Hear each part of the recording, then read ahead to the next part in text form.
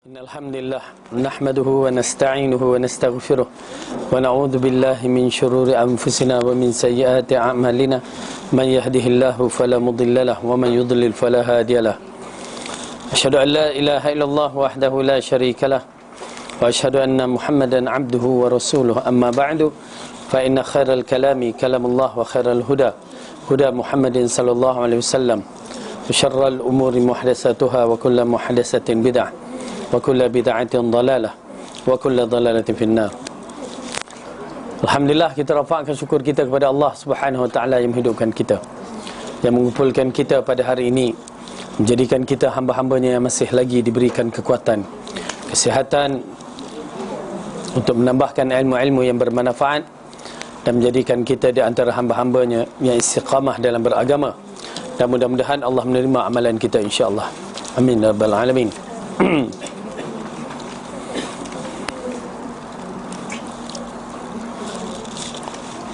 Setelah kita membacakan dalam hadis yang pertama, yang kedua, yang berkaitan dengan mentaati kepimpinan yang telah ditetapkan ataupun yang telah memerintah umat Islam, peraturan dan arahannya diambil kira.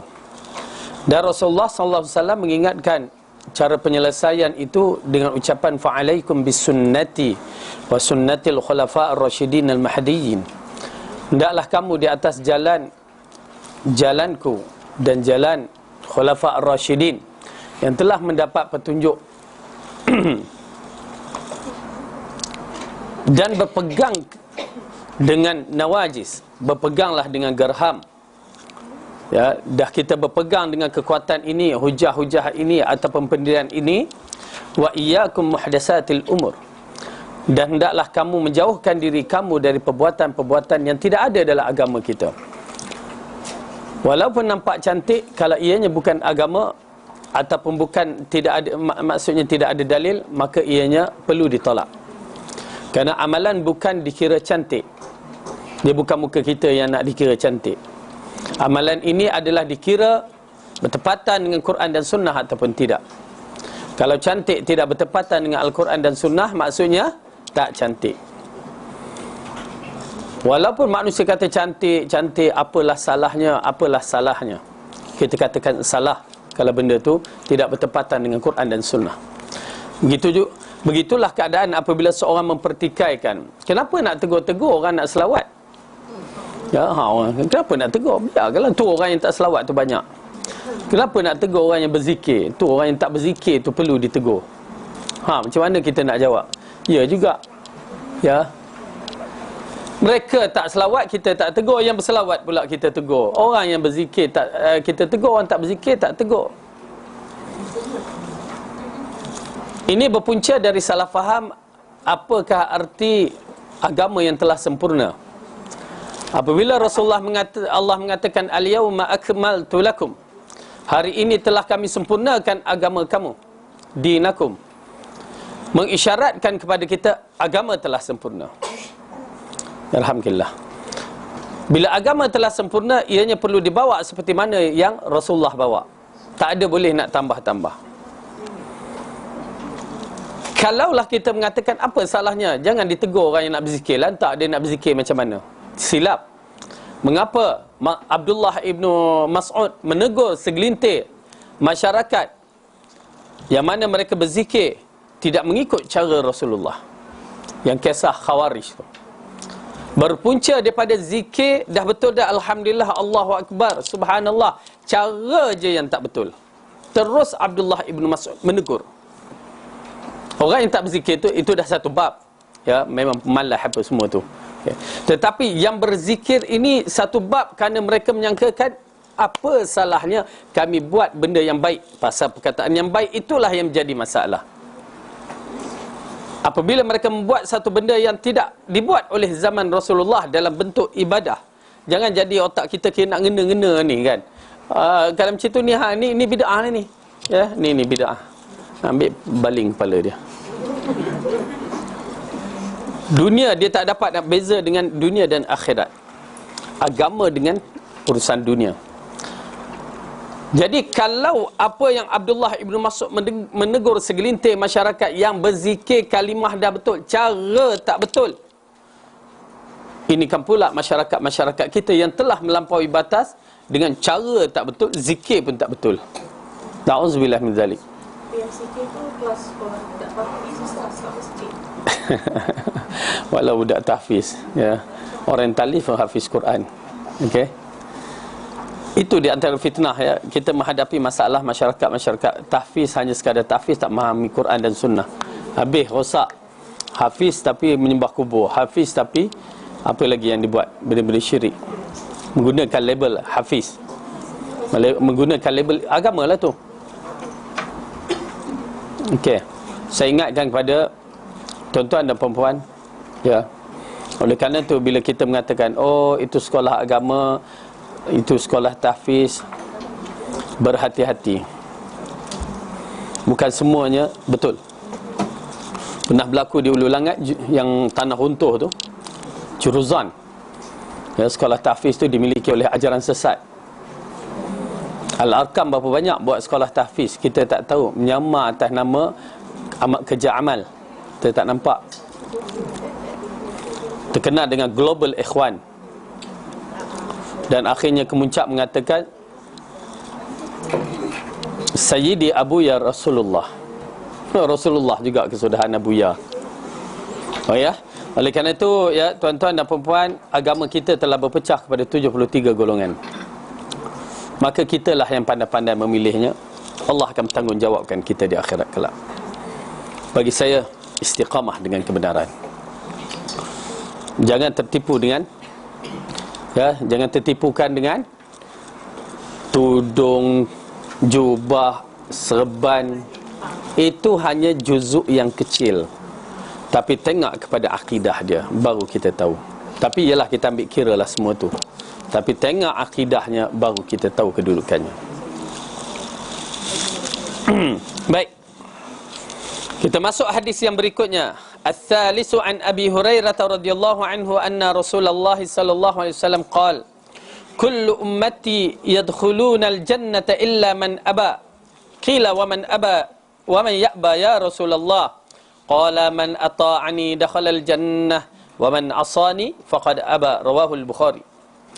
Dari Abu Hurairah radhiyallahu anhu bahwasanya Rasulullah bersabda, semua umatku akan masuk syurga kecuali orang yang berpaling. Masya-Allah. Janjian kepada Rasulullah sallallahu alaihi wasallam, umat Muhammad ni akan masuk syurga semua. Kecuali ada istisna. Nampak ya?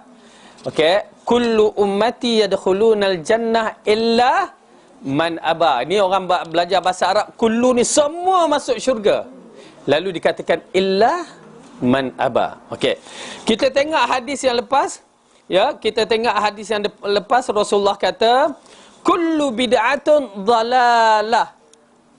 Dia tak ada kata illa lepas tu. Semua bid'ah sesat. Dia tak ada kata illa bid'atul hasanah, tak ada. Ya, tengok orang belajar bahasa Arab ni. Kullu, ingat dalam ayat ni kata kullu ummati yadkhulunal jannah illa man aba. Illa, ada istisna di situ, dikatakan melainkan. Berarti bila sebut semua lepas tu dia asingkan, maksud kita kena tahu yang asing tu ada keasingan. Tetapi pada bid'ah Rasulullah tak sebut macam tu. Kullu bid'atin dalalah. Dah habis, senyap. Lah awak Rasulullah berhenti kat sini, tambahlah illa bid'atu hasanah. Tak, Rasulullah kata semua sesatlah. Datang kita yang duk pandai-pandai tambah. Habis cerita. Dah cakap Kedah dah. Ya, silap kita. Kita lebih faqih daripada Rasulullah. Itu yang masalahnya. Seolah-olah wahyu itu turun kepada kita, bukan Rasulullah.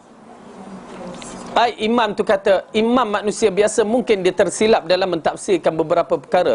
Tetapi imam yang sebenar dalam mentafsirkan bab-bab ini, imam ahli sunnah wal jamaah, Imam Ahmad, ya, Imam Syafi'i itu sendiri mentafsirkan dengan cara yang betul. Yang disebutkan tentang bid'ah hasanah itu adalah dunia. Semua urusan dunia itulah bid'ah hasanah. Dalam agama tak ada bid'ah hasanah. Mula dia kata, ustaz itulah tak belajar. Apa dia? Pasal apa? Tu Saidina Umar kata, Ni'matu bid'ah hadhihi. Ustaz, macam mana? Ya. Pening pula dah. Ni'matu bid'ah hadhihi, inilah sebaik-baik bid'ah yang dikatakan. Apa dia? Dia berhenti kat situ je. Ceritakanlah apa yang sebabkan Saidina Umar kata ni'matu bid'ah hadhihi. Okey, mari kita buka cerita tu. Dia berkaitan dengan Saidina Umar menjadikan seorang imam, Ka'ab sebagai seorang imam dalam solat tarawih. Asalnya sebelum Umar tetapkan itu, ya, selepas wafat baginda, solat tarawih seorang-seorang personal, sana sikit, sana sikit, sana sikit. Okey. Puncanya dalam kisah awal tarawih yang Rasulullah sallallahu alaihi wasallam syariatkan ataupun tetapkan, satu hari dia bangun malam dalam bulan Ramadan untuk bertahajud. Dia berdiri kat masjid tu, tiba-tiba seorang sahabat ikut, 2-3 orang ikut. Rasulullah semayang habis, berjemaah, kan? Malam kedua Rasulullah berdiri lagi, ramai pula dah ikut. Okey, ramai dah ikut. Berjemaah dah, Rasulullah imam berjemaah. Malam ketiga lagi ramai. Okey. Malam keempat Rasulullah tak keluar. Orang dah ramai dah, melimpah ruah. Rasulullah tak keluar. Dan Rasulullah keluar pagi itu lalu mengatakan, sesungguhnya aku sengaja tidak mau keluar kepada kamu kerana aku melihat kesungguhan kamu tu. Kerana apa? Dalam bahasa Arab, illah, sebab. Kerana aku takut Allah wajibkan kamu. Itu puncanya. Takut diwajibkan ke atas kamu. Rasulullah masih hidup, wahyu masih turun. Jadi Rasulullah kata, aku takut wahyu mengarahkan kamu solat tarawih wajib 5 waktu pun tengah langgang, kan? Ini kan pula tarawih. Okey, lalu aku tidak keluar. Maka semenjak kejadian itu Rasulullah tak sembahyang, ya, tak keluar menjadi imam, ya, masing-masing sembahyang sendiri-sendiri. Disebabkan ada sebab. Kemudian zaman Rasulullah wafat, wahyu dah terputus tak? Dah terputus. Maka tidak ada kewajipan. Maka hukum solat tarawih sunat. Maka sahabat Abu Bakar memerintah, dia tak buat apa-apa lagi. Masuk zaman Saidina Umar, maka dia buat. Digabungkan semuanya kepada satu imam. Lalu dijadikan solat berjemaah balik. Pernah berjemaah zaman Rasulullah, lalu diulangkan balik. Maka di situ dikatakan, haywa ni'matu bid'ah hazihi, inilah bid'ah hasanah. Maksudnya nikmat bid'ah yang terbaik. Maksudnya bukan dia reka cipta satu grup yang baru, tak. Dia buat balik. Macam kita, okey, Taman Tun tak pernah azan sebelum subuh, betul tak? Waktu subuh tu kita azan, sebelum subuh tak ada. Ada tak azan sebelum subuh? Kalau kita belajar hadis ada, kan? Tiba-tiba kita buat. Kita nak hidupkan sunnah, kita buat azan sebelum subuh, kan? Maka itu dikatakan ni'matu bid'ah. Itu dia. Macam itu tak apa. Kalau konsepnya pernah Rasulullah buat, dihidupkan balik, okey, kita boleh terima. Kalau dia nak kata bid'ah hasanah, kita boleh terima. Tetapi kalau konsepnya dia datang, Tok Syekh tu kata, Tok Syekh kata, habis cerita. Ya, Tok Syekh berzikir menyanyi, Tok Syekh berzikir menari, itu habis ceritalah. Itu bukan ni'matu bid'ah, tetapi syarru bid'ah. Okey. Baik. Bid'ah sejahat-jahat. Okey, kita dah nampak perbezaan kalimah illa tadi, main peranan. Jadi dalam hadis ini, kullu ummati yadkhulunal jannata illa man aba. Dari Abu Hurairah bahawa Rasulullah bersabda, semua umatku akan masuk syurga kecuali orang-orang yang tak mau, orang berpaling. Adakah orang yang berpaling di sini? Adakah tak mau masuk syurga? Kalau tanya nak masuk syurga, nak. Semua nak, kan? Tetapi Rasulullah kata, melainkan orang yang tak nak. Siapa yang tak nak bila sebut dengan nikmat-nikmat yang begitu hebat di dalam syurga? Lalu sahabat bertanya, qila wa man ya'ba ya Rasulullah?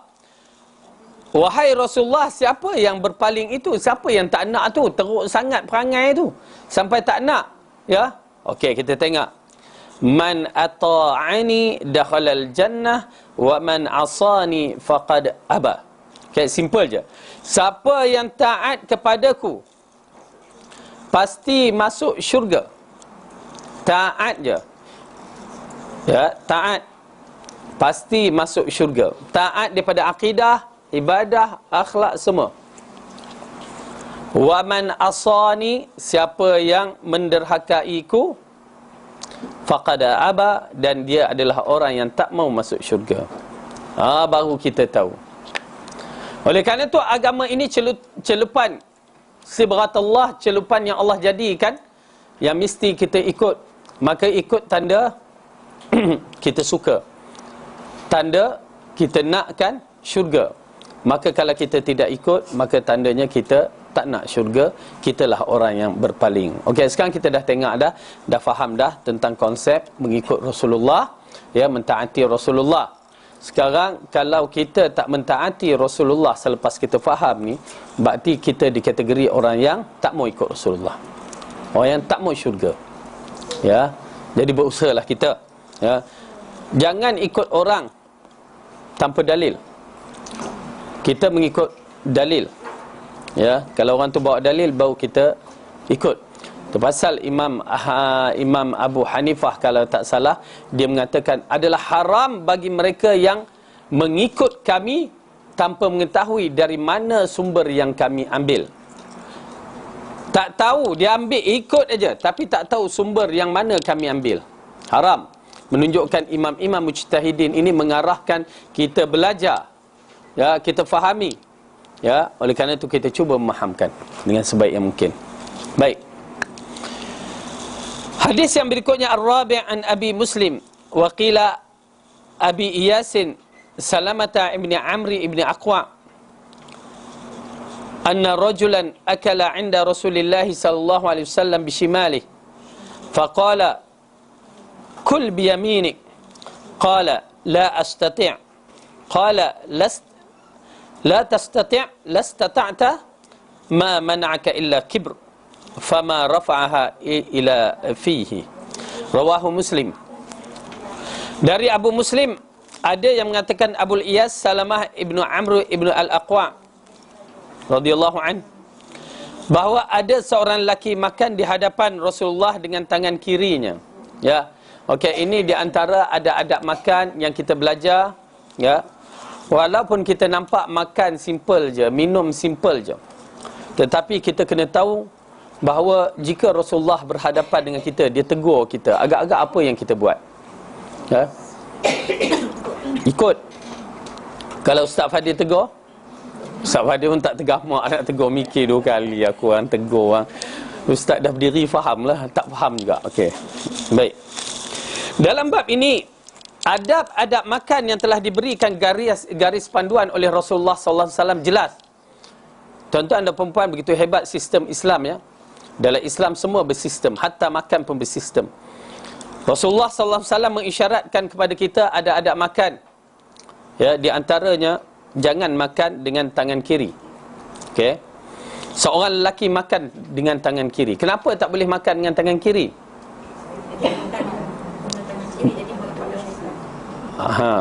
La ta'kulu bishimal wa la tashrabu bishimal fa inna syaitana ya'kulu bishimal wa yashrabuna bishimal. Jangan kamu makan tangan kiri. Larangan daripada Rasulullah. Ya. Orang kata makruh lah apa, tak. Bagi saya ikut. Janganlah fikir makruh ke haram ke, ikut Rasulullah. Kenapa? Bila larangan itu ada maksud yang tersembunyi. Apabila Rasulullah mengatakan jangan kamu makan dan minum tangan kiri, kenapa? Syaitan makan dan minum tangan kiri. Menunjukkan kita haram kita mengikut syaitan. Haram. Apa juga perbuatan syaitan haram diikuti. Makan tangan kiri, minum tangan kiri, lagi apa? Malas. Lagi? Tapi rajin dan lawan manusia. Okey. Lagi? Pakai kasut sebelah tanpa memakai kasut sebelah. Bila masa tu Ustaz, bila kasut rosak kan, dia kalau pakai slipper dengan tak pakai slipper atau kasut tu, maksudnya kalau dua-dua belah tak pakai ataupun dua-dua belah pakai. Jangan sebelah pakai, sebelah tak pakai. Bawalah kasut tinggi dia tu, macam mana agak jalan, kan? Tak boleh. Ya. Tapi kalau lain-lain tak apa, satu terompah, satu slipper, tak apa. Satu kasut tumit tinggi, satu kasut biasa lepeh tu, itu tak apa. Itu orang kata sakit mental sikit, ya. Dia dua-dua, satu tak pakai, satu pakai, tak boleh. Okey. Ada banyak perkara yang berkaitan dengan syaitan. Syaitan suka duduk tempat antara bayang dan cahaya matahari. Itu majlis syaitan. Ya, macam kalau kami, waktu kita musim sejuk misalan, yang musim sejuk tu matahari tu kan memancar, okey, badan kita di bawah bayangan, kaki kita di bawah cahaya matahari. Tak boleh. Bawah bayangan itu adalah kegemaran syaitan untuk duduk. Tempat lepak syaitan. Masuk, sama ada masuk ataupun keluar. Ya. Kecuali ada kecuali itu. Dalam kereta, misalan dalam kereta tiba-tiba cahaya, separuh cahaya, separuh tak cahaya. Nak keluar ke? Takkan nak keluar kereta tempat duduk syaitan. Bawa lah kan. Itu pasal kes lain. Ini memang saja nak melepak. Okey, nak duduk. Okey. Kerana apa? Kerana perbuatan syaitan merupakan syaitan makhluk yang mengingkari Allah. Ya, dia derhaka kepada Allah. Kita tak boleh ikut. Dan kita menyaksikan bila Rasulullah larang. Ya, tengok dalam hadis ni, makanlah dengan tanganmu. Rasulullah tegur, makanlah dengan tanganmu. Orang itu menjawab, aku tidak bisa. Ya. Dia tak nak. Bukan dia tak boleh. Ya, dia tak nak. Makan dengan. Dalam riwayat yang lain menceritakan Rasulullah ulang lagi, makan dengan tangan kamu. Tak nak. Ya, tengok bagaimana kesudahan orang ni. Lalu akhirnya, ya, Rasulullah mengatakan, ya, jadi engkau tidak bisa. Sebenarnya ia berbuat demikian kerana kesombongannya, ego. Ya, ego. Tu pasal kita kadang-kadang tu masalah makan dengan orang kaya ni, dia ada satu masalah. Dia letaknya pinggan, letaknya sudu, pisau, garfu, air, kan, okey. Potong kan, potong. Automatik je tangan tu kan, tangan tu masuk. Kenapa tak tukar kan? Ambillah tangan kanan. Malu jatuh. Apa yang jatuh? Ya. Makan dengan tangan kanan, jangan dengan tangan kiri. Minum pun begitu juga kan? Minum pun begitu juga. Bila orang tu kidal, jadi dia rasa susah kadang-kadang dengan tangan kanan. Kalau mengkidal tu kena usahakan juga. Ya, kena usahakan. Pasal dia acara waktu makanan dan minuman tu nak masukkan ke dalam mulut je, itu je acara dia. Waktu potong ke ambil kuah ke apa, tak jadi masalah. Tapi waktu makan dan minum tu, waktu nak masuk mulut je, itu je. Nak potong ke nak ambil kuah, janganlah ambil kuah tangan ni. Kalau siapa yang penuh dengan kan, ambil dengan tangan kiri, tak jadi masalah. Tetapi waktu nak makan, nak masuk ke mulut tu je yang perlu pada pengkhususan tangan kanan. Ya. Jadi jangan menyerupai syaitan. InsyaAllah lepas ni mudah-mudahan tak ada. Saya nampak ya, kadang-kadang minum situ kita tengok kan. Macam tu. Baik. Dan akhirnya lelaki ini tidak dapat mengangkat tangannya ke dalam mulut. Ya, tak dapat angkat tangannya ke dalam mulut. Tangan kanannya terus secara automatik lumpuh. Habis cerita. Ya, akhirnya menyebabkan dia lumpuh. Inilah kesan mereka yang derhaka kepada Rasulullah sallallahu alaihi wasallam. Simple je. Ya, nak. Kita makan dengan tangan kan, kita pegang gelas, lepas tu kita pegang gelas, kita takut kotor gelas apa. Kotor. Orang selalu sebut kenapa kotor gelas sedangkan tangan ni kita makan kan. Tapi ialah saya katakan bagi mereka yang makan tu jagalah kan. Jangan sampai penuh ke sini. Jilatlah sikit kan. Malu pula nak jilat ustaz. Ya. Nak jilat-jilat. Lepas tu peganglah elok-elok kan. Apa masalahnya? Dua-dua amboi. Macam mana dua? Macam ni. Ya, macam ni. Tahan. Masih lagi kita kata tak berapa nak sama kan. Kerana ini bukan pegang ni kan, jadi macam tu. Membuat peganglah, apa salahnya. Cubalah. Ya, cuba sikit-sikit. Ya. Cuma kalau anak-anak tu ajar, biar bersihkan dulu sikit tangan tu kan.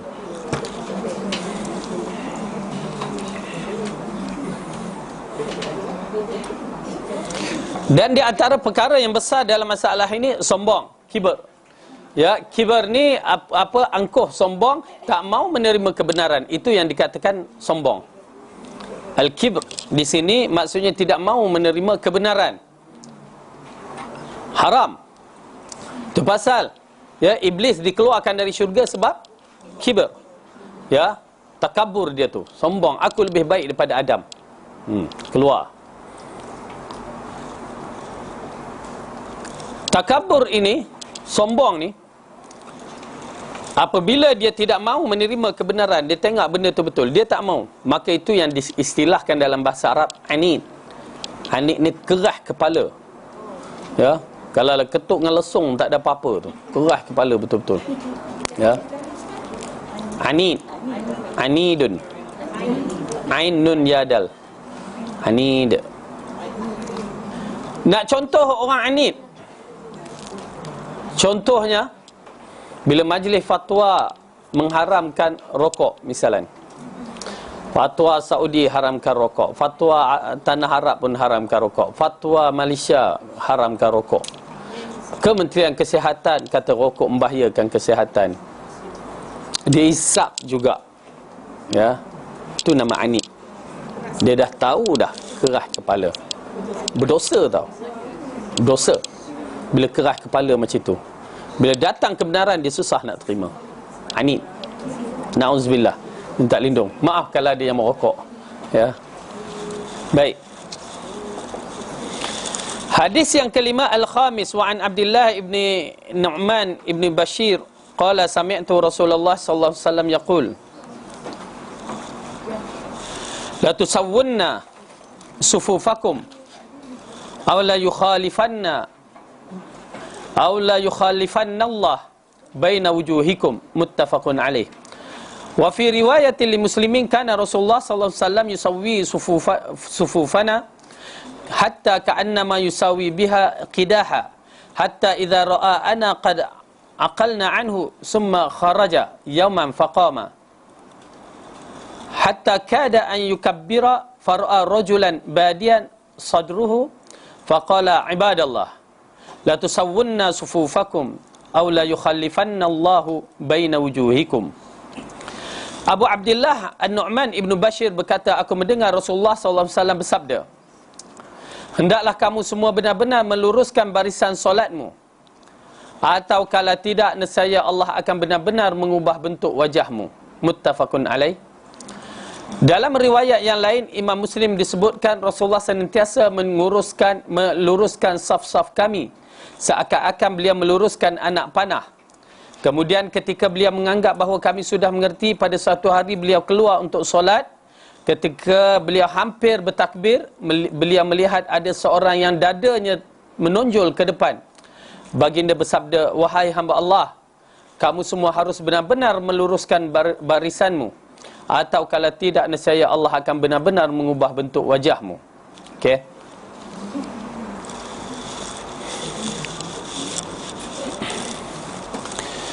Hadis ini menjelaskan pada kita bahawa termasuk sunnah adalah memeriksa perkara ini, meluruskan barisan solat bagi para imam masjid dan para makmum. Kerananya kita juga harus menjelaskan masalah ini kepada para imam dan makmum sehingga mereka memperhatikan perkara yang sangat penting ini dan memperhatikan urusan melurus saf solat. Okey. Berkaitan dengan solat, satu perkara yang besar. Sallu kama ra'aitumuni usalli, kata Rasulullah, sembahyanglah kamu seperti mana kamu melihat aku sembahyang. Pertama, bila kita melihat Rasulullah sembahyang, kita kena tahu solat-solat fardu yang ditetapkan oleh Allah. Solat-solat sunat yang ditetapkan oleh Rasulullah, Allah dan Rasulnya. Tak boleh nak tambah solat sunat sesuka hati kita. Macam setengah orang dibuat solat sunat Isnin, Selasa, Rabu, Khamis. Lepas tu solat sunat awal tahun, solat sunat akhir tahun, solat sunat apa lagi? Hari jadi. Apa lagi? Ini semua perbuatan-perbuatan tak ada dalil. Bercanggah dengan sallu kama ra'aitumuni usalli. Okey. Kemudian di dalam sifat-sifat solat ini pula terjadi perkara yang penting dalam siri solat berjemaah. Kerana Rasulullah purata dalam bab-bab solat tidak pernah melakukan solat sendiri.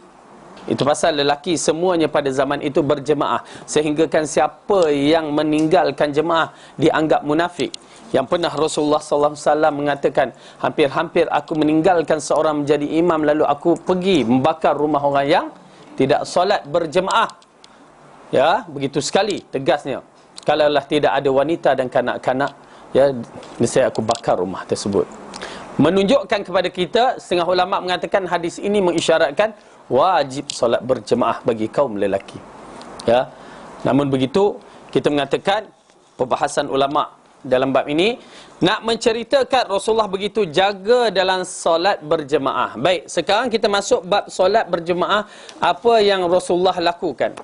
Wanita dan perempuan sama je konsep dalam siri solat. Kerana lafaz yang Rasulullah kata, sallu kama ra'aitumuni usalli. Sembahyanglah kamu semua seperti mana kamu melihat aku sembahyang. Lafaz lelaki digunakan untuk perempuan juga. Ingat, macam Assalamualaikum. Kalimah tu untuk lelaki, tapi perempuan yang jawab. Benar, dibenarkan. Tetapi kalau sebut Assalamualaikunna, itu untuk perempuan je, laki lain. Laki biasanya kalau seruan itu berbentuk perempuan, laki tak perlu. Tetapi kalau seruan untuk laki, perempuan kena. Pasal di dalam bab misalan haji, Rasulullah kata khudhu anni manasikakum. Kita tengok perbuatan haji dan umrah tu, ya, sama tak laki perempuan? Sama tak? Nampak ya? Sama. Takut ada beza ke? Melontar perempuan lain sikit ke, tawaf perempuan lain? Tak ada kan? Allah, lambat dah. Sama, semua sama. Tetapi Rasulullah bezakan sedikit. Tang mana? Tang pakaian lelaki dan pakaian perempuan. Ya, kita dengar hadis Rasulullah kata, okey, lelaki padanya ridak dan izar. Yang perempuan pakai pakaian yang menutup aurat kecuali niqab dan sarung tangan. Nampak Rasulullah bezakan. Oleh kerana tu kalau dia nak beza, dia akan bezakan. Kalau dia tak nak beza, perbuatan mesti sama. Jadi perbuatan solat mesti sama lelaki dan perempuan. Kerana pada setengah pendapat ialah pandangan yang telah berlaku pada masyarakat kita. Kadang-kadang perempuan tu dia lain sikit, angkat takbir dia. Kan macam mana saya pun tak tahu, tak tengok pun perempuan ya. Tak baik ustaz ni. Okey. Okey, dia rapatkan macam mana saya pun tak tahu. Tapi katanya dirapatkan ketiak dia kan. Ya, rapat. Lepas tu kaki pun rapat kan. Bukan begitu. Rasulullah kata sallu kama ra'aitumuni usalli. Sembahyang macam mana kamu melihat aku sembahyang. Rasulullah mempraktikalkan sembahyang, disaksikan beribu oleh sahabat-sahabat Nabi ya yang bersamanya. Okey, jadi sifat tu sama, ada perempuan dan lelaki sama aja hukumnya. Baik, di dalam sifat ini juga Rasulullah mengatakan berkaitan dengan solat berjemaah. Bagaimana berjemaah antara kita semua. Oleh kerana tu Rasulullah di antara lafaz yang digunakan ini, kita lihat Rasulullah kata hendaklah kamu semua benar-benar lurus barisan solatmu. Ya, barisan solat ni kena lurus. Disebabkan dalam hadis Rasulullah kata luruskan mana ke maka. Okey. Luruskan, dan bagaimanakah sifat lurus itu? Adakah straight macam itu je? Ya. Pertama sekali, okey, maaf saya berdiri. Okey. Kaki kita dalam siri solat, okey, selesakan.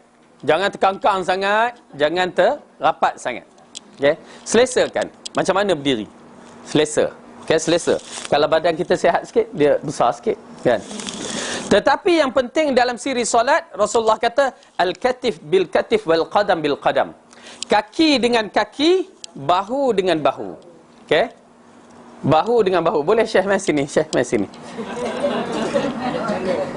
Tak apa, lentak dia tu. Okey. Okey. Pertama, kaki pastikan menghadap kiblat. Jangan sampai tekan, sorry, sat. Jangan terbuka macam itu, kan? Jangan terkincup macam itu. Ya, kaki pastikan menghadap kiblat kaki itu.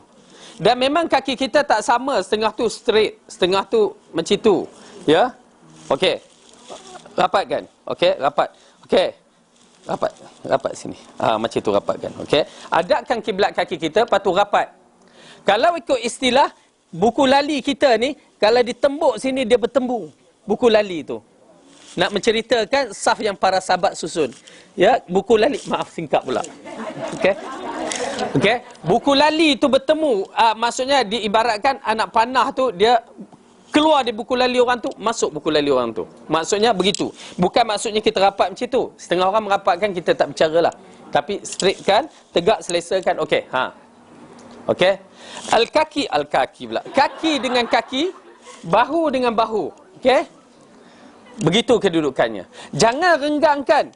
Di sini Rasulullah kata, aku melihat seolah-olah syaitan-syaitan duduk di sini. Celah. Dan dia mengganggu kita waktu solat. Jadi rapatkan. Okey.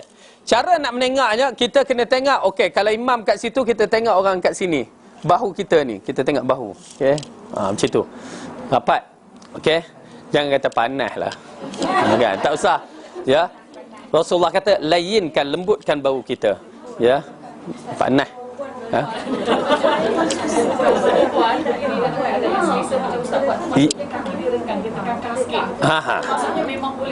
Ya, memang boleh. Okey. Jadi memang begitu kedudukannya.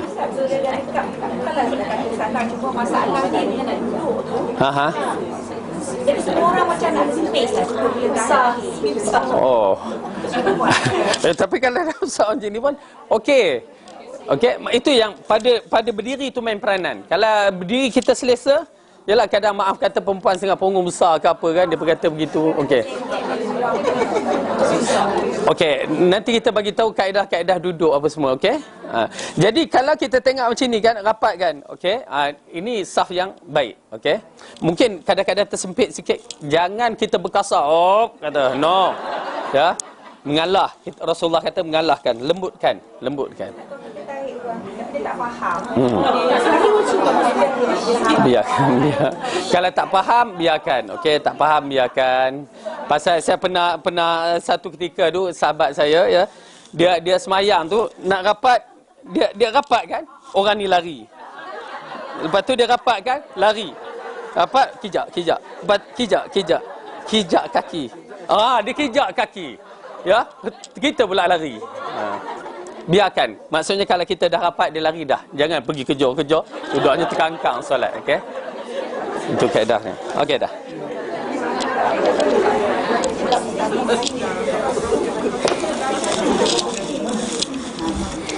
Bismillah.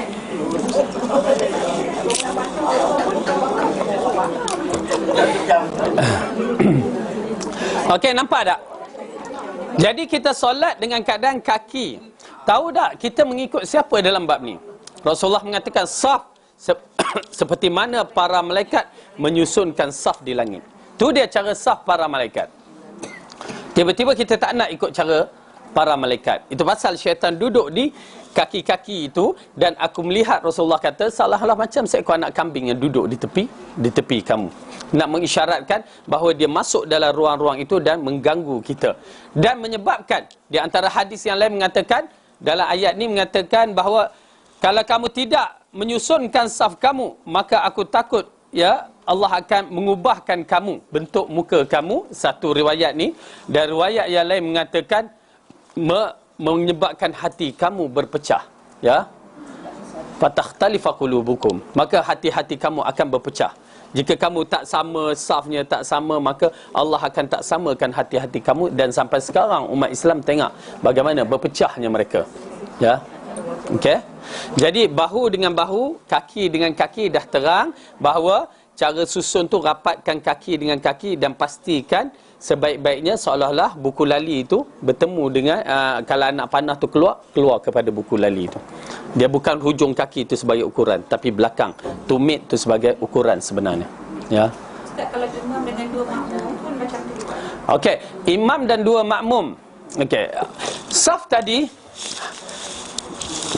tadi yang kita tunjuk tadi adalah saf. Macam mana ya kita nak kata? Pertama kita bincang saf lelaki, okey? Maka ada tak maka? Baik, saf lelaki.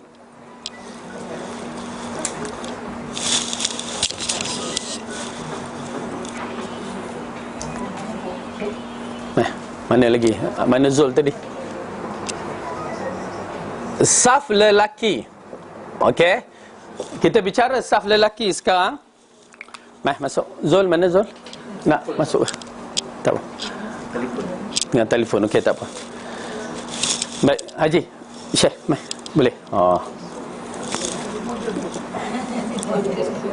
Tak apa.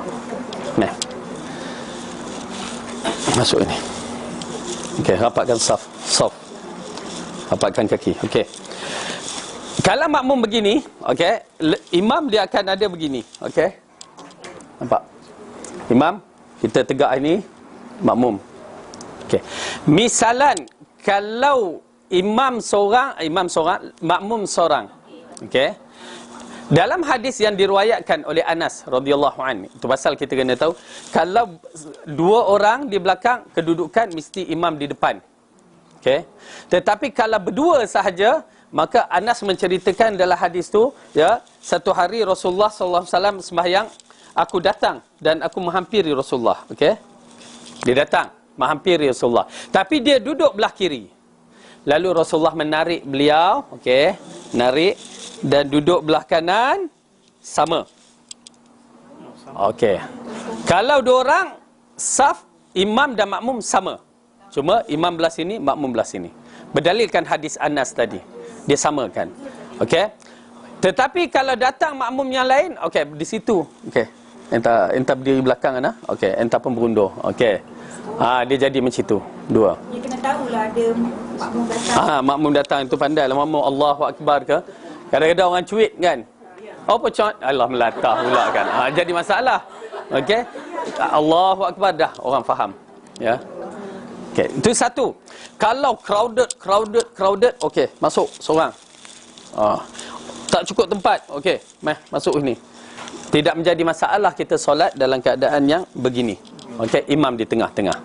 Okey, kalau dah crowded sangat-sangat. Dan jemaah ini saf lelaki, tetapi saf perempuan, okey, tak, dia kena sama tu. Sama kaki dia. Sama tu. Bukan belakang sikit. Belakang. Cakap Kelantan kita dia mau gak aku. Dia mau kecek Kelantan boleh kecek Kelantan. Okey. Kaki belakang. Kaki belakang. Okey. Kalau ikutkan ni ya. Tumit tu sama. Kalau pusingkan buku lali tu hampir sama dengan ni. Okey? Ya nak. Tak adalah kata ke depan. Tak ke depan. Untuk keadaan crowded. Imam di depan. Okey, imam di depan. Pasal apa? Saf itu diambil kira, ya, agar tidak terputus. Lepas tu yang kedua, kalau saf perempuan beginilah. Hadis yang diriwayatkan Ummu Salamah, imam dia di tengah. Yang lain semua makmum. Okey, ini saf perempuan. Satu masalah tadi, kalau imam makmum atas sini, kita tarik ke sini. Biasanya berlaku kita apabila kita duduk saf yang hujung kiri kan. Jadi mana dia akan duduk sini. Jadi kita kalau dinding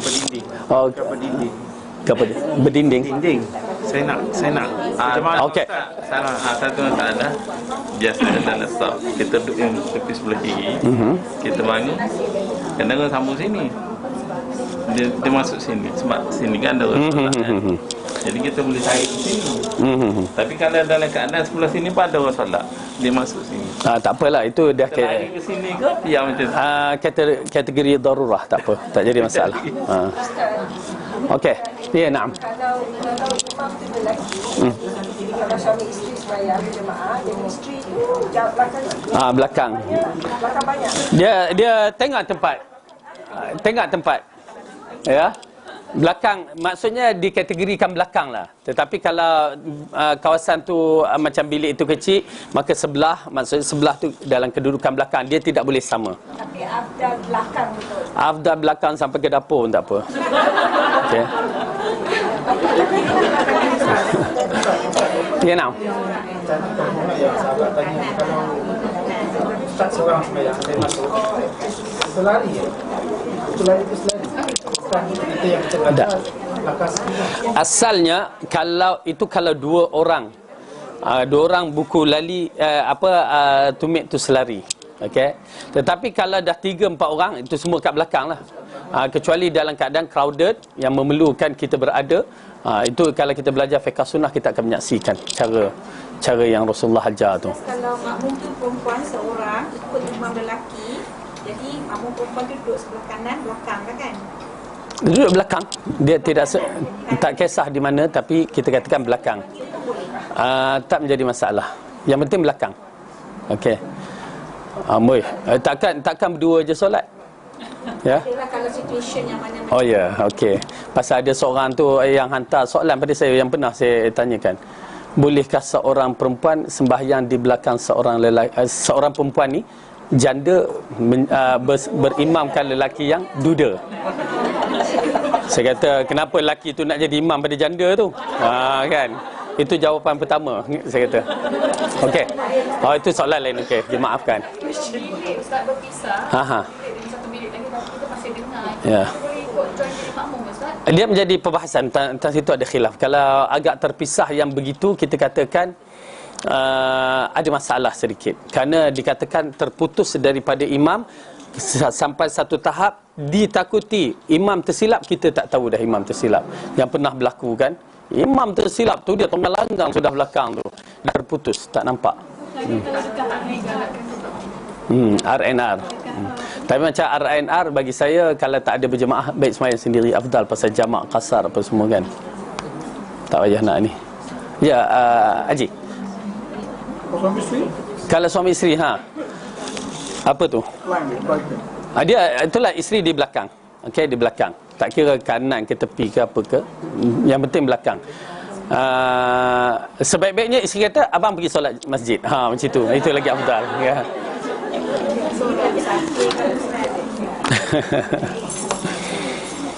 Okey. Dan dalam hadis ini juga mengatakan ditakuti Allah mengubahkan wajah-wajahnya, mengisyaratkan kenapa dalam bab mengubah wajah ini kita takuti. Dalam hadis larangan mengangkat mengangkat kepala awal daripada imam, takut Allah dalam hadis mengatakan mengubahkan wajah menjadi wajah keldai. Ya, itu di antara perkara, adakah ianya realiti ataupun ibarah ataupun apa orang kata kiasan.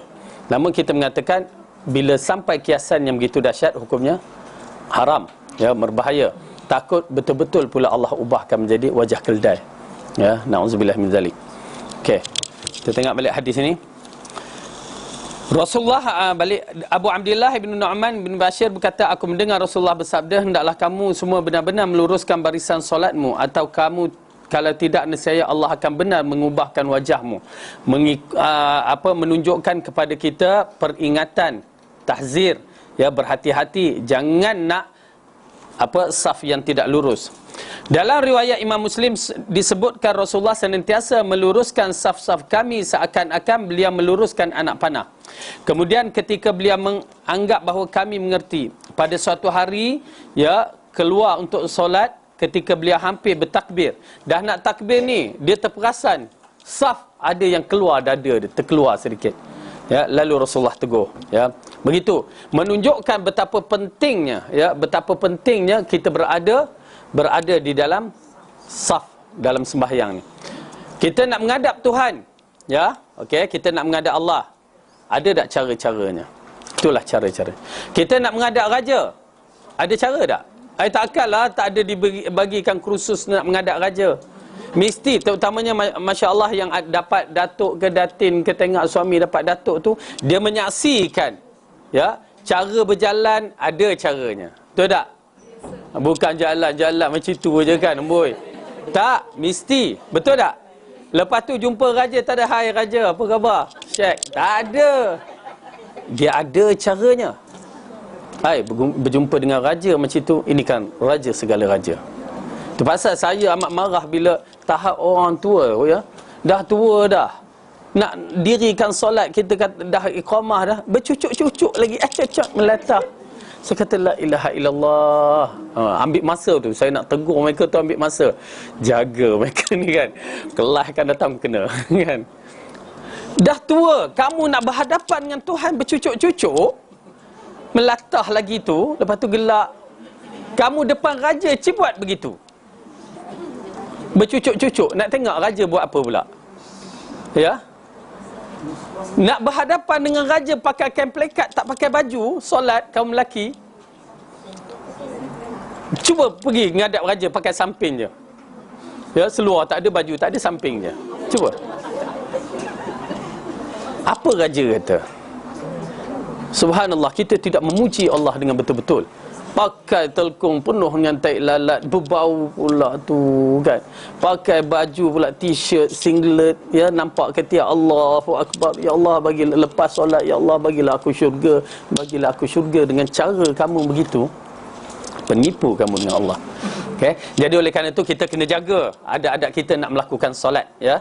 Ini di antaranya berkaitan dengan saf. Jadi hukum membetulkan saf itu wajib sebenarnya, ya, kalau mengikut peringatan di dalam hadis ni. Okey.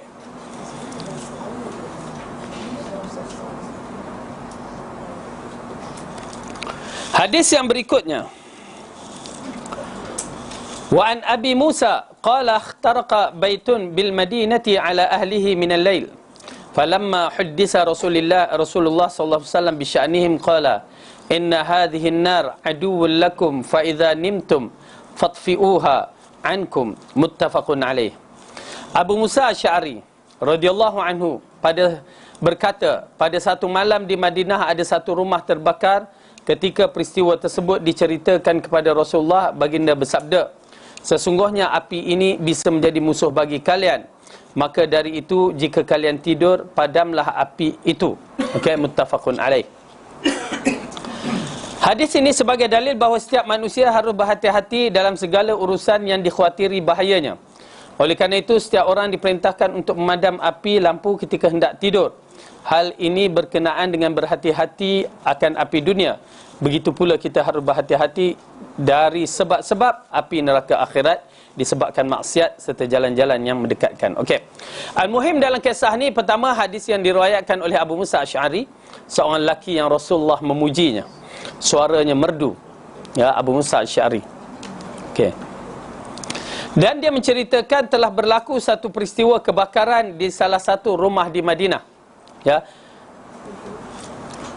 Ketika peristiwa tersebut diceritakan kepada Rasulullah, ya, diceritakan pada Rasulullah, maka Rasulullah memberi satu nasihat, sesungguhnya api ini bisa menjadi musuh. Ini kisahnya rumah-rumah orang yang dahulu, ya, rumah-rumah orang yang dahulu dibuat dari kayu satu. Orang rumah sekarang pun apa tak kurang juga kan. Lepas tu kedua, mereka tidur tu kadang-kadang pasang lampu yang macam lilin, pelita, okey, ataupun ubat nyamuk. Jadi bila pasang tu, mereka tidur tu mereka tinggalkan. Dan menjadi masalah kadang-kadang tikus dengan bantuan syaitan untuk menjatuhkan benda-benda yang begitu. Bila jatuh, terbakar. Okey, ubat nyamuk pun kita pula jenis tidur lesak kan. Kalau kepala kita kena ubat nyamuk tak apa. Ini bantal yang kena. Ya, saya pernah tengok bantal kena berlubang terus ke bawah kan. Jadi bermula acara terbakar, ya. Jadi Rasulullah mengatakan sesungguhnya api itu boleh jadi musuh kamu. Maka jika kalian tidur, padamkan api. Okey, padamkan api. Adapun sekarang lampu insya-Allah tak ada masalah, kita lihat daripada pandangan, ya, orang-orang yang pakar dalam bab tu tak jadi masalah, kecuali kalau ianya mendatangkan masalah maka tutup. Kerana kadang-kadang berlaku wayar pintas tu apa? Jadi bila wayar pintas tu bermasalah, dia akan membakar banyak perkara. Ya, rumah cikgu, salah seorang guru kita terbakar. Dia keluar pukul maghrib tu, dia kata selalu anak tak nak ikut. Hari ni anak ikut, nak pergi ke airport ambil isteri dia. Pagi, malam pukul 8 tu dia keluar. Balik pukul 12 tu dah hangus, dah habis. Anak dia terselamat. Dia kata subhanallah, anak dia nak ikut pula hari itu kan. Hangus habis, tak ada apa. Saya masuk tinggal kipas pun dah jatuh belaka. Berarti hangus. Kesian. Okay?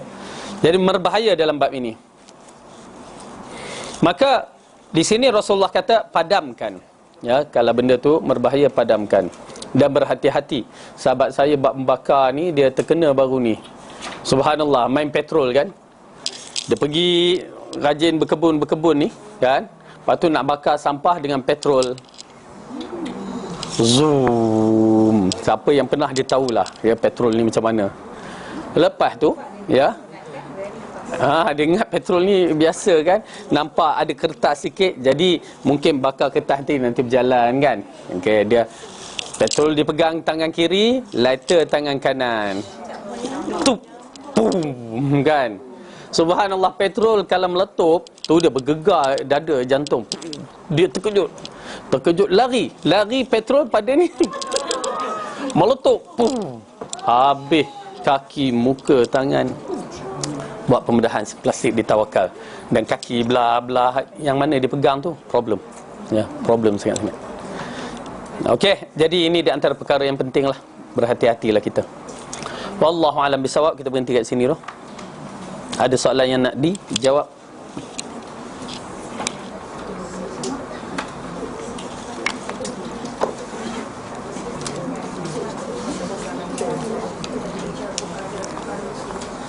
Ada soalan? Ada. Naam. Jumaat kan, kata imam dia kan, tukang sapu. Ayuh. Tukang tumit tu dia punya baseline dia. Sebab dada ni ada so ada. Lepas tu sama. So yang tumit dia mungkin sama.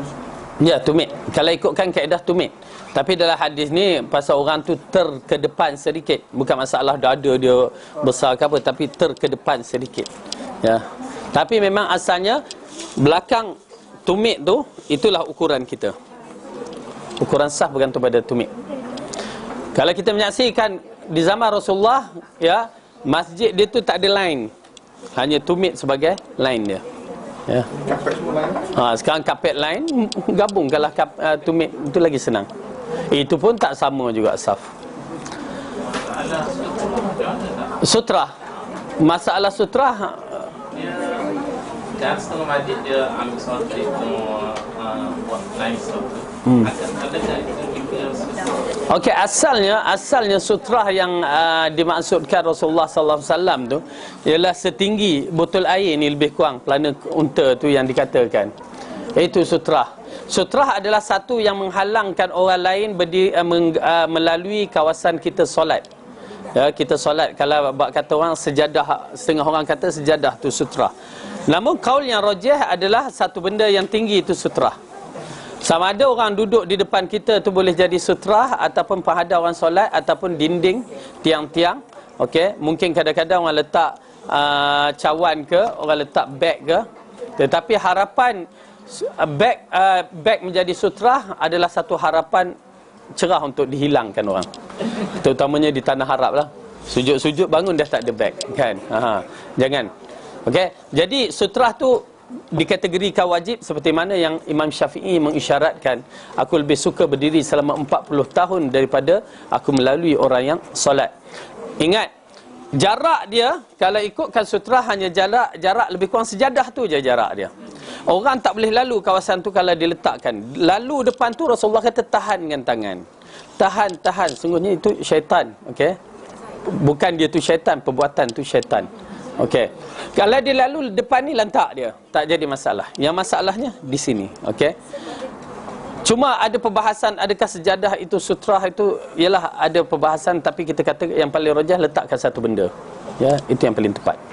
Wallahu a'lam. Ya, na'am. Ya, Kak. Misalnya kita solat katalah dekat surau lah. Ayuh.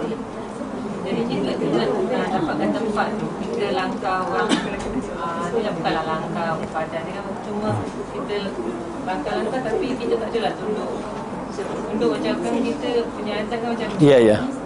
Okey, so tak ada.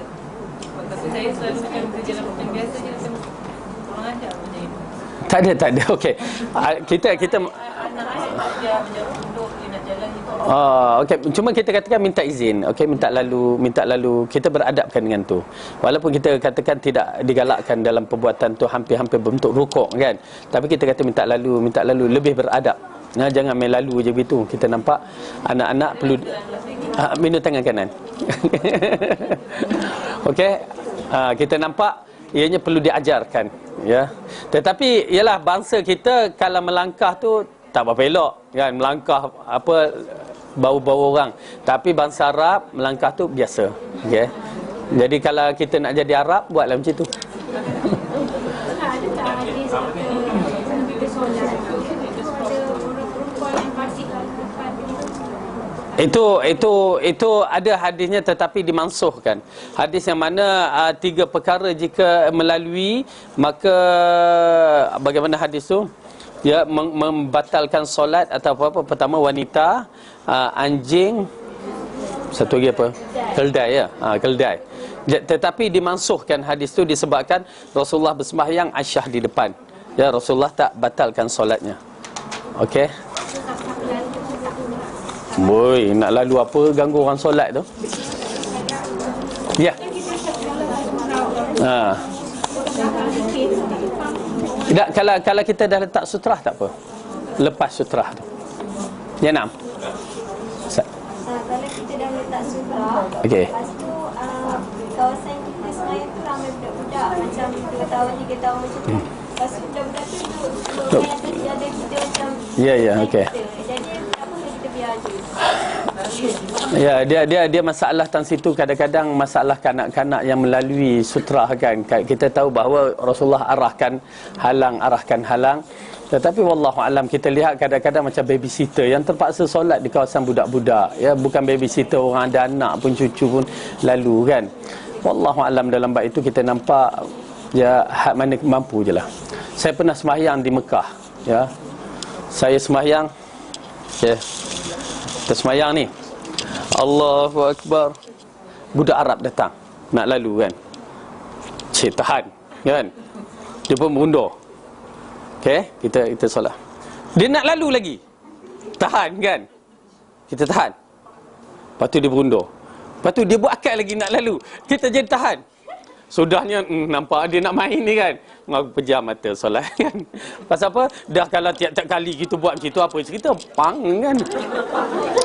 Jadi kita tengok keadaan, tetapi ingat kalau budak-budak kecil tu mudah-mudahan Allah maafkanlah tak anukan hak mana kita ni. Kita tak tahan, kita pegang je, kita buat mati. Ini boleh tak? Kita faham Tak apa, tak ada masalah. Boleh, tolak boleh, angkat boleh, bagi ya kalau kita sujud tu yalah boleh pusing-pusing, tak menjadi masalah. Tapi jangan tolak keras. Ya, nak. Masa sembahyang kita dah diam. Orang jarak boleh tarik dia. Boleh, tak ada masalah. Tapi ingat kalau orang yang faham tak apa. Orang tak faham akan timbul fitnah. Tak. Okey Ustaz, untuk satu bekas yang dijilat anjing, adakah dibasuh dengan zat tanah atau tanah dicampur air? Okey, kalau suatu bekas yang dijilat anjing seperti hadis yang diriwayatkan oleh Bukhari, Rasulullah mengatakan idza wulighal kalbu fi ina'in ahadikum falyaghsil sab'u lahunna biturab. Barang siapa yang bekasnya dijilat oleh anjing, maka hendaklah dia membasuhkannya air sebanyak 7 kali, salah satunya dengan air tanah. Jadi dengan air tanah, maksudnya bukan ambil tanah tu tapi bancuhkan air tanah tu, ya. Kalau sungai tu keruh, macam banjir baru ni dah settle dah, tak ada sama, okey. Itu kaedah dia. Lepas tu dah satu, yang lain tu 7 kali. Okey. Kemudian Ustaz, suami isteri seorang mazhab Syafi'i, seorang mazhab Hanbali, macam mana masing-masing pegangan itu? Masing-masing pegangan sendiri, isu wuduk batal ataupun tidak. Okey, yang ni mazhab Syafi'i kata batal, mazhab Hanbali kata tak batal, ya. Masing-masing nak lawan ni. Okey, asalnya mazhab bukan untuk dibergaduhkan, ya. Mazhab untuk disenangkan bagi orang yang jahil, tetapi bagi orang yang ada ilmu, dia kena lapangkan dada dia dan kena bersifat open, bersedia untuk menerima hadis. Okey, kaedah berkaitan dengan batalnya wuduk ini satu persoalan yang besar dan kita kena raikan kepada semua pihak. Okey, tetapi namun begitu, ya, kita cuba berdiri pada hadis yang sahih untuk dipraktikalkan. Kerana imam dah mengatakan ikut Rasulullah, iza sahal hadis fahuwa madhabi. Jika hadis itu sahih, maka itulah mazhab aku. Dan Rasulullah mengetahui tentang penafsiran dalam ayat surah Al-Maidah, idza lamastumun nisa, ayat yang ke-6 tu, idza lamastumun nisa, bila menyentuh perempuan. Apakah maksud menyentuh perempuan dalam bab membatalkan wuduk itu? Okey, bila kita menyaksikan Rasulullah akan mentafsirkan. Okey, pada orang yang bertanya ini, mungkin dia mazhab Syafi'i atau suami dia mazhab Hanbali, kita akan terangkan. Okey, dalam bab ini kita mengatakan kembali kepada Al-Quran dan Sunnah dan kefahaman 3 kurun terbaik, maka Rasulullah telah mentafsirkan. Satu hari Rasulullah sembahyang, lalu Rasulullah sembahyang, Aisyah baring di depan dia, betul tak? Lalu Rasulullah nak sujud, dia tolak kaki Aisyah. Okey, pakai kaki Aisyah waktu itu pakai apa? Tak tahu lagi. Pasal orang kata mungkin Rasulullah tolak selimut dia, kaki dia berselimut. Okey, dah kita kata mungkin juga. Mungkin tak berselimut, mungkin juga. Okey, dah. Jadi kekuatan hujah tu jadi kurang bila dah ada mungkin. Kemudian datang hujah yang kedua. Hujah yang kedua mengatakan bahawa Rasulullah tengah solat, tiba-tiba Aisyah mencari-cari mana Rasulullah ni, ya, tiba-tiba terpegang tapak kaki baginda, ya. Okey, tengah malam ni tidur kan, terpegang tapak kaki baginda dan dia mendengar apa yang Rasulullah baca dalam sujud itu. Okey, jadi terpegang, mungkin tak pakai, tak ada lapik, mungkin dia berkata selimut. Dia ni orang Malaysia betul, selimut aja kan, ya, selimut dia kata. Okey, kita pun raikan. Okey, situ tak boleh nak larilah kalau dah ada perselisihan. Tiba-tiba muncul satu hadis yang tidak ada hujah yang dapat nak ditepiskan dengan selimut. Maksudnya apabila Rasulullah sallallahu alaihi wasallam, hadis yang diriwayatkan Aisyah dan dikhabarkan kepada siapa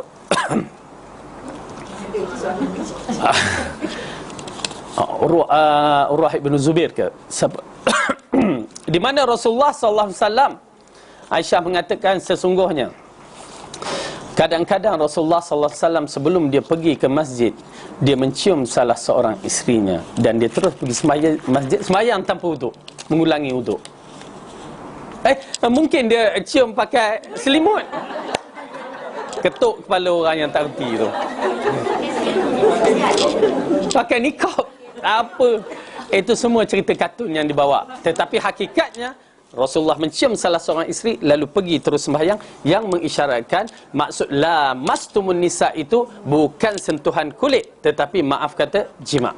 Okey, hujah itu adalah kuat bagi mereka yang ialah kita raikan. Tapi saya mengatakan kalau orang pertahankan juga, sentuh kulit ni batal Ustaz, saya kata batal. Baik, okey, saya ucapkan, saya terima. Dan kalau pergi Mekah jangan tukar niat.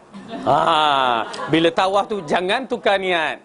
Ya, kamu akan tengok macam mana susahnya kamu nak tawaf. Jangan, terutamanya kaum lelaki lah. Ya, lelaki terbuka sebelah ni, dia dah tak kira perempuan lalu ke, dah terbatal. Kalau dia berpahaman begitu, jangan tukar niat. Kamu dah nak pertahankan terus. Ya.